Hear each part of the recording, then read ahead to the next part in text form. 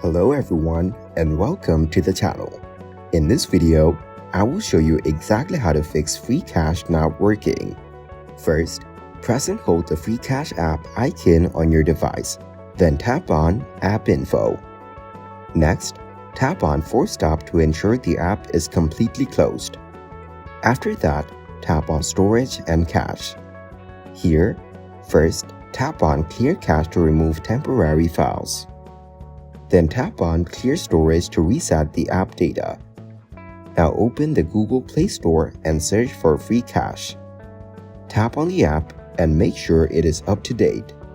If there's an update available, tap Update. Finally, open the app again to check if it's working. Thank you everyone for watching. I hope you got some value. Make sure to like the video and subscribe to our channel. Leave a comment down below. See you in the next one.